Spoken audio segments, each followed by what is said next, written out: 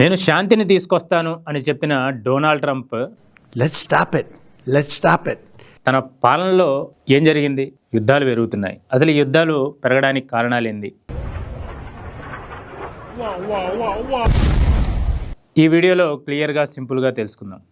Hi hello, welcome to 3TV. This is Riyaz. ఈరోజు మనం Trump రెండో టర్మ్లో యుద్ధాలు ఎంత పెరిగాయి, ఎందుకు పెరిగాయి అనే దాని గురించి సింపుల్గా అర్థం చేసుకుందాం.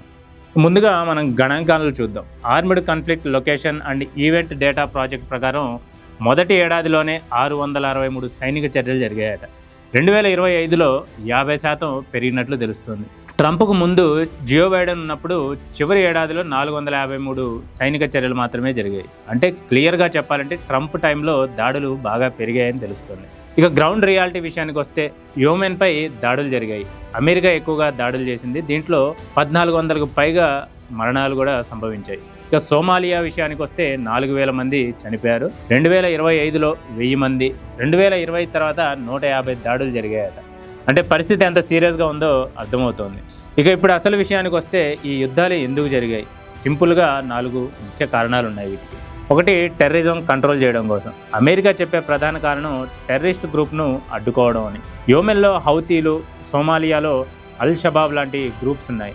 వీటిని కంట్రోల్ చేయడానికి దాడులు చేశామని అమెరికా చెప్తోంది. ఇక రెండో కారణం వ్యూహాత్మక ప్రభావం, అంటే పవర్ అండ్ ఇన్ఫ్లుయెన్స్ గురించి. ప్రపంచంలో అమెరికా తన ప్రభావం తగ్గిపోకుండా చూసుకోవడం కోసం ఈ యుద్ధాలు చేస్తున్నట్లు తెలుస్తుంది. ముఖ్యంగా వెస్ట్ ఆసియాలో చైనా, రష్యా ప్రభావం పెరుగుతున్నప్పుడు ఈ యుద్ధాలు పెరుగుతున్నట్లు తెలుస్తుంది. ఇక అందుకే అక్కడ సైన్యాన్ని నుంచి దాడులు చేయిస్తోంది. ఇక మూడో కారణం ఇరాన్ ప్రభావాన్ని అడ్డుకోవడం కోసం. యోమెన్లో హౌతీలు ఇరాక్కు దగ్గరగా ఉన్న గ్రూప్. అందుకే అమెరికా ఇరాక్ పవర్ పెరగకూడదని అక్కడ దాడులు పెంచింది.